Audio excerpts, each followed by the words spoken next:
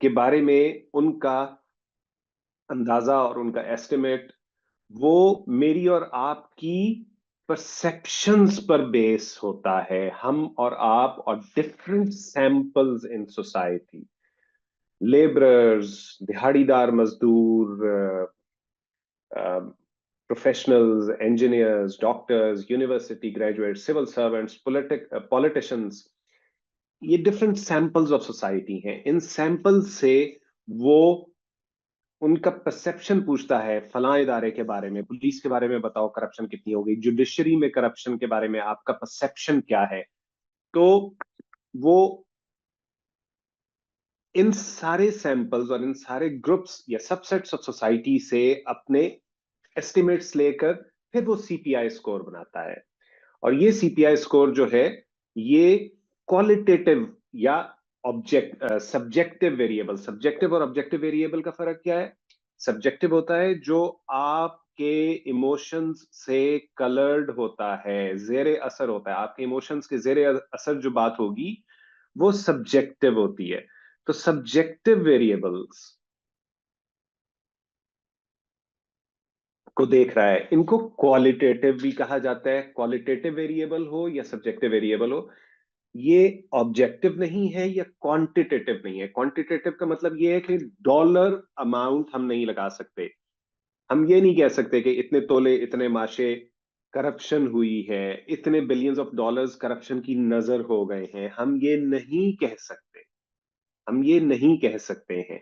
अगर transparency international नहीं कह सकता तो मैं भी नहीं कह सकता, आप भी नहीं कह सकते, और हमारा कोई पॉलिटिशियन भी नहीं कह सकता। तो कल हमारा कोई पॉलिटिशियन, कोई सरकारी ओहदेदार अगर आपको कहेगा कि पाकिस्तान में रोज के 10 अरब रुपए करप्शन की नजर हो जाते हैं, तो आप लोग ये बात नहीं मानोगे। ये पहला परसेप्शन था जो मैंने कल चाहा था कि आप लोगों का चेंज होना चाहिए। आप लोगों की अंडरस्टैंडिंग ऑफ करप्शन चेंज होनी चाहिए। इस हद तक सिर्फ एक पॉइंट कल मैंने दिया था कि इस हद तक आपकी understanding of the idea of corruption change हो जाना चाहिए कि करप्शन में कोई डॉलर फिगर के साथ बात ना करें।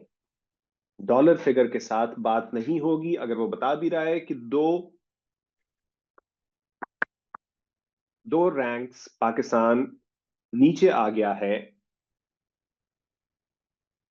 133 से 135 पर आ गया है, तो वो in comparison with other countries बता रहा है। वो ये नहीं बता रहा कि कल पाकिस्तान में 500 अरब रुपए की करप्शन हुई थी पिछले साल और इस साल 700 अरब की हुई है, तो 200 अरब का फर्क पड़ गया है। वो ये बात नहीं कर रहा, वो सिर्फ in comparison to other countries बता रहा है कि कंपैरेबली आप 2 पॉइंट्स मजीद नीचे आ गए हो।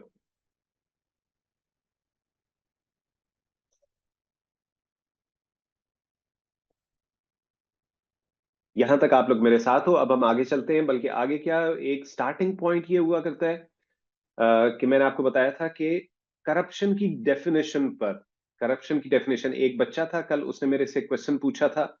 मैंने उसे कहा था कि वो कल जैसे ही क्लास शुरू हो तो मुझसे क्वेश्चन पूछे।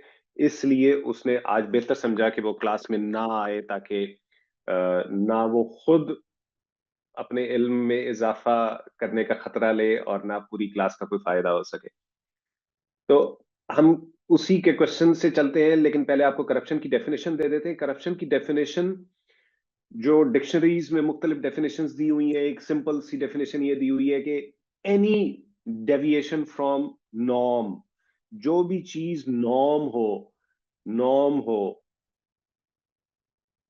अकदार से हट के जो भी चीज होगी वो करप्शन होगी। एक डेफिनेशन ये दी हुई है, लेकिन हमने बहुत सारी डेफिनेशंस के चक्कर में नहीं जाना। हमने सिर्फ वो डेफिनेशन देखनी है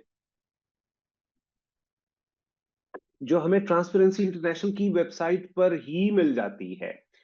और वो क्या कहते हैं कि इट इज, ये सिर्फ बात लिखी हुई थी।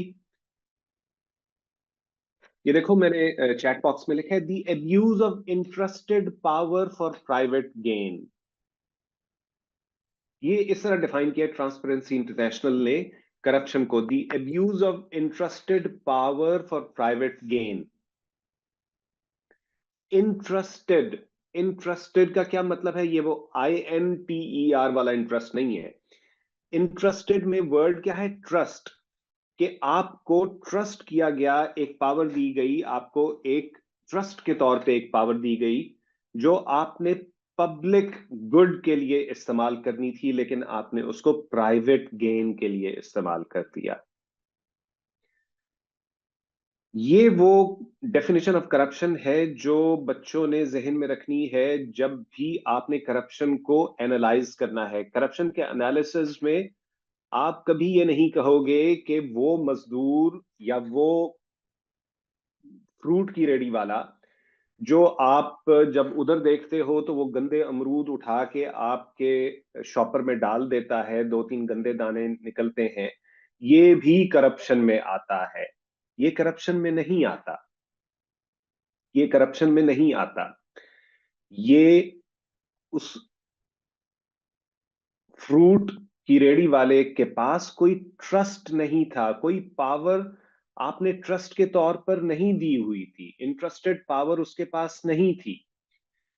प्राइवेट गेन यहां पर जो सिविल सर्वेंट्स प्राइवेट गेन के लिए अपनी पावर को इस्तेमाल करते हैं या पॉलिटिशियंस प्राइवेट गेन के लिए अपनी पावर को इस्तेमाल करते हैं, वो करप्शन है जिससे हमारा ताल्लुक होगा इस इम्तिहान की तैयारी के लिए।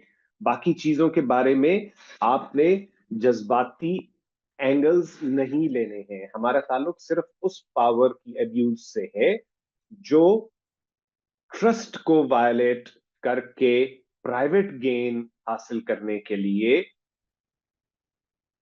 की जाती है। तो वायलेशन ऑफ ट्रस्ट इसमें इंपॉर्टेंट है।